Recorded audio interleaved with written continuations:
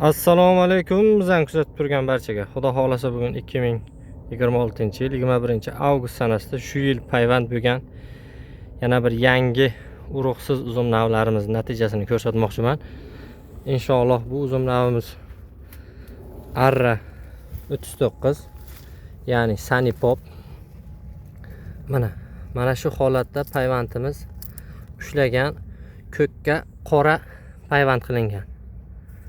Mana bu yerdan hamma biladi, payvand mavsumida novdalar mo'rt bo'ladi. Novdaga sal tegib ketsa, novda sinishi mumkin. Novda mustahkamlangan. Bu uzum navimiz toyfi uzumga qoraga ko'kka qora payvand qilingan. Bu uzumimiz shu yil dori sababli ajok oldi. Ajok olganidan keyin o'sishini yaxshilash maqsadida quyosh Buxoroda 50 gradus bo'lganligi sababli mana bunday soya qilib o'stirishga majbur bo'ldik. Xudo xolasa o'sishlari ajoyib. Xo'p, barglari mana shu holatda. Bu uzum navimiz nomi Arra 39. Kechki mavsum uchun adashmasam, yo erta kechki yo kechki. Mana shu mavsum uchun mana shu holatda barglari 5 qismga bo'lingan. Qirralari uchun to'mtoqroq holatda. Mana bu yosh barglari ham mana shu holatda o'sadi. Barglari Xudoga shukr yomon emas. Mana bu orqa qismi. Mana orqa qismi ham mana shu holatda. Bargning uchini qayirgan holatingizda barg oxiri mana shu yergacha yetib keladi.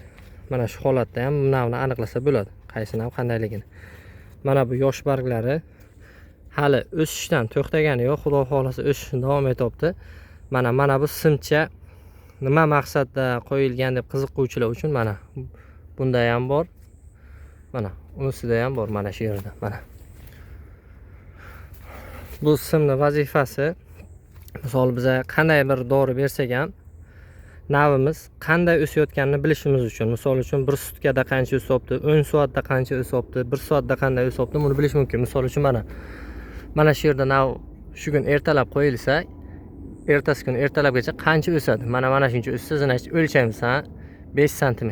Keyin o'sganini mana shu holatiga keltirib qo'yamiz, yana ko'ramiz. Xudo xolasa mana shu holatda navlarimizni barchasini qanday o'sayotganini aniqlab ketamiz. Navlarimiz asosan ostidan afu yoki amafoz berganimizdan yaxshi o'sibdi. Faqatgina misol birinchi oddiy suv beriladi, keyin suv shimiganidan keyin yana qaytib suv berilib, ariqlar to'ldirilib, araga sepib chiqiladi. Keyingi safar yetildiki, unga kaliy sepiladi. Kaliy berilgan o'g'itni hazm qilishga yordam beradi. Mana shu holatdan keyin navlarimiz 1 sutkasiga 5 sm dan to 10 sm gacha o'sdi.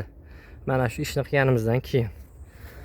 Lekin buni asosan issiq kunlarda dozasini ko'paytirib yuborishni maslahat bermayman. Dozasi ko'payib ketsa, qayta stress bo'lib qolishi mumkin. Navimizdan ostidan mana shunday qilib 5 ta navda shakllantirilgan va 5 ta navda Xudo xohlasa qarib simigacha yetib kelgan.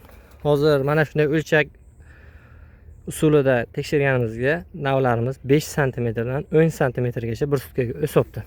Xudo xohlasa bu uzum navimizni suratlarini video montaj jarayonida qo'yamiz. Sizlarga ma'lumot bo'lish uchun uzumimizni ko'rinishi Xudo xohlasa mana shu ko'rinishda bo'ladi. Bochka simon bo'ladi. Keyin kishmish bo'ladi. Eng muhimi buning urug'sizligi. Hozir qo'limda turgan nav bu urug'li nav. Xudo xolasa inshaalloh bu navimiz urug'siz navlardan bo'ladi. Arra 39. Xudo xolasa bizani kuzatishni davom etinglar. Inshaalloh biz sizlarga hali bundan ham zo'r yangiliklarni qo'yishni davom etamiz. Sog' bo'linglar, salomat bo'linglar.